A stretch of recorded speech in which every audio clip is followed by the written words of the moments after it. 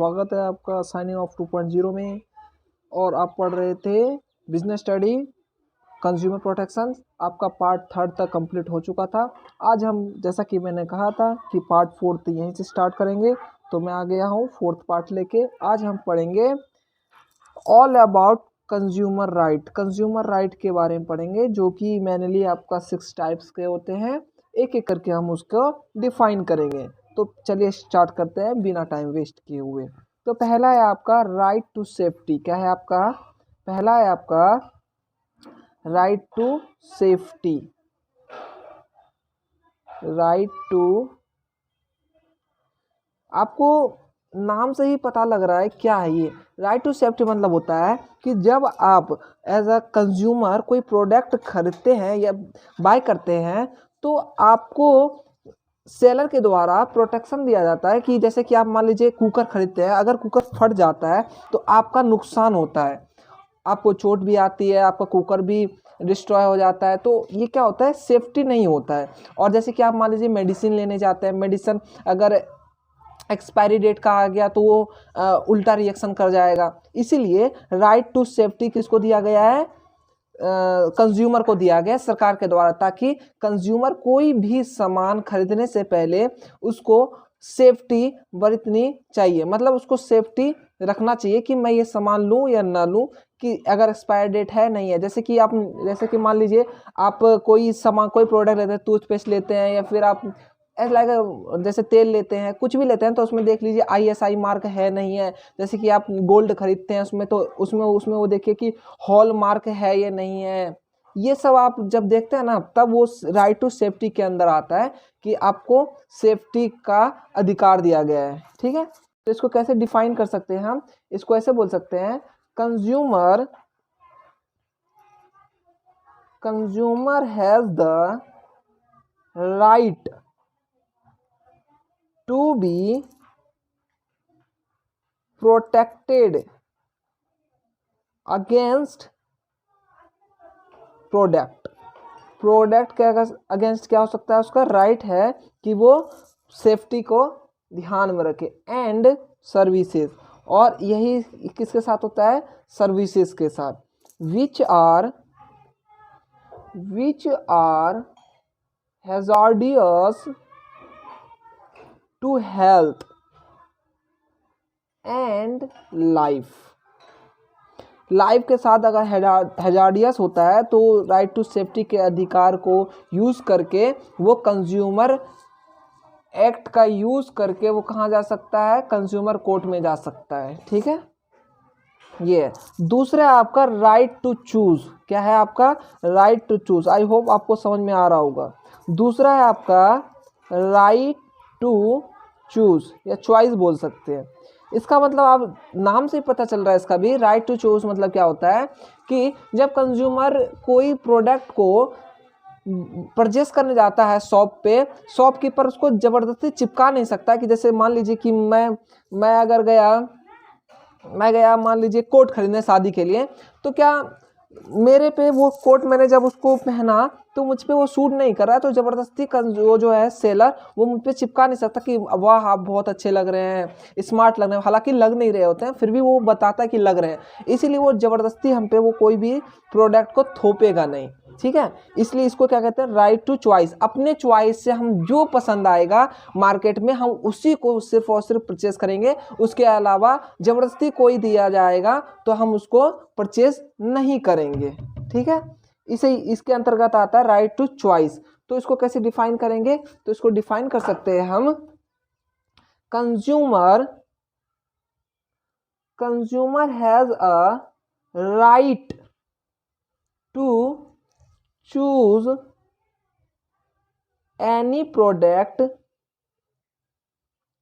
out of the available product as per his own decision making। मतलब खुद decision making करके जो consumer है अपना प्रोडक्ट अपने से खरीद सकता है। ठीक है, ये आता है राइट टू चॉइस के अंतर्गत आपका। ठीक है, ये हो गया आपका दूसरा। अब तीसरा पढ़ेंगे राइट टू इंफॉर्मेशन। क्या पढ़ेंगे? तीसरा राइट टू इंफॉर्मेशन। क्या है आपका? Right to information. Right to information आपको देख के समझ में आ रहा होगा कि आप जब कोई, आप तो कंज्यूमर है और मैं भी कंज्यूमर हूँ, आप कंज्यूमर होने के नाते कभी ना कभी कहीं ना कहीं शॉप पे गए होंगे, तो उनसे जब शॉपकीपर से जब आप कोई सामान परचेज कर रहे होंगे तो आप कभी ना कभी उससे पूछे होंगे कि इस प्रोडक्ट का क्वांटिटी क्या है, इसकी क्वालिटी क्या है, ये कौन से ब्रांड का है, ये कितने रुपए का है, इसकी क्या कहते हैं वो आपको गारंटी क्या है, वारंटी क्या है, ये सब आप पूछते हैं ना, तो उससे कहते हैं राइट टू इंफॉर्मेशन। तो आपके पास क्या होता है? राइट टू इंफॉर्मेशन है सेलर से या जो आपको शॉपकीपर है उससे पूछने का कि इसकी क्या इंफॉर्मेशन है इस प्रोडक्ट की। ठीक है, तो इसको हम कैसे करेंगे डिफाइन? इसको हम डिफाइन कर सकते हैं, consumer has right to have complete information about the product before buying it। मतलब कि कंज्यूमर पे खरीदने से पहले, बिफोर बाइंग इट, उसको अधिकार है कि वो किसी भी प्रोडक्ट का पूरा कंप्लीट इंफॉर्मेशन ले सके। तो ये क्या है आपका? Right to information. थर्ड है आपका कंज्यूमर राइट का। ठीक है, अब फोर्थ की बात करूं तो फोर्थ है आपका राइट टू हियर्ड। क्या है? Right to heard. क्या है? Right to hear. Right to hear मतलब क्या होता है कि कंज्यूमर जो है वो अपनी कंप्लेंट कर सकता है सेलर के अगेंस्ट, सेलर या जो कि शॉपकीपर है उसके अगेंस्ट कर सकता है कि उसको कोई खराब सामान मिल गया है, या फिर खराब सामान मिल गया है लेकिन वो शॉपकीपर उसको वापस ही नहीं कर रहा है, या फिर सेफ्टी का राइट हो सकता है। अगर उसने जैसे मान लीजिए क्या बोलता है कुकर ले लिया, फट गया, अगर वो वहां गया शॉपकीपर के पास, उसका कंप्लेंट किया, उसने नहीं माना, तो वो गया राइट टू हियर, मतलब वो गया कोर्ट, उसने क्या किया वहां पे अपना कंप्लेंट कर सकता है। क्या हो सकता है? कंप्लेंट कर सकता है। तो इसको डिफाइन कर सकते हैं हम, कंज्यूमर हैज द राइट, किस चीज का right? Right to file complaint to be heard in case of goods and services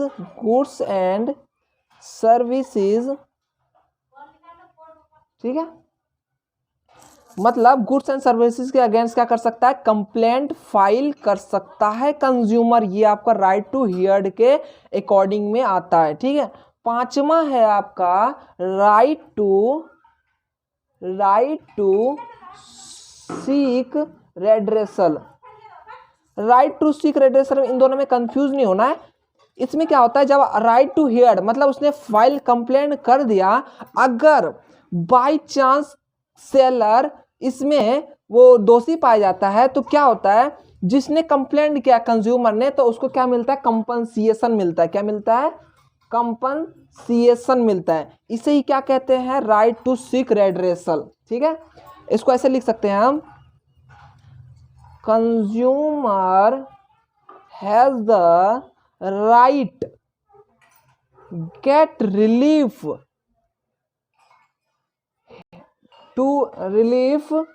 in case the product or services fails। ठीक है, अगर फेल हो जाता है, he may be provided, क्या प्रोवाइडेड करेगा? विथ रिप्लेसमेंट, या तो वह सामान के बदले दूसरा सामान देगा, या नहीं तो रिमूवल ऑफ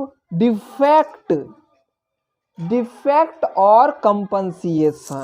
ठीक है, या तो आपका वो सामान वापस करेगा या आपको कंपनसेशन देगा फॉर एनी लॉस, किसी भी लॉस के होने के बाद। ठीक है, ये था आपका 5वां राइट कंज्यूमर का। और छठा है आपका बहुत ही इंपॉर्टेंट, क्या है आपका? Right to consumer education. अब इसको देख के आप बिल्कुल समझ गए होंगे राइट टू कंज्यूमर एजुकेशन क्या है।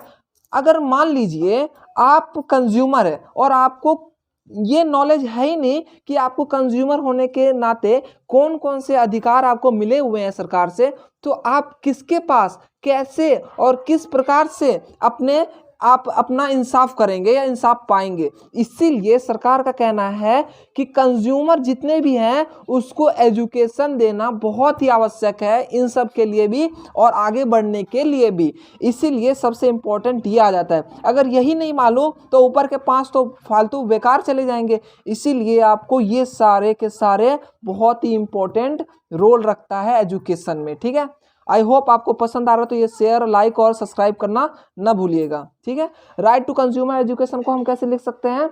लिख सकते हैं consumer has the right to acquire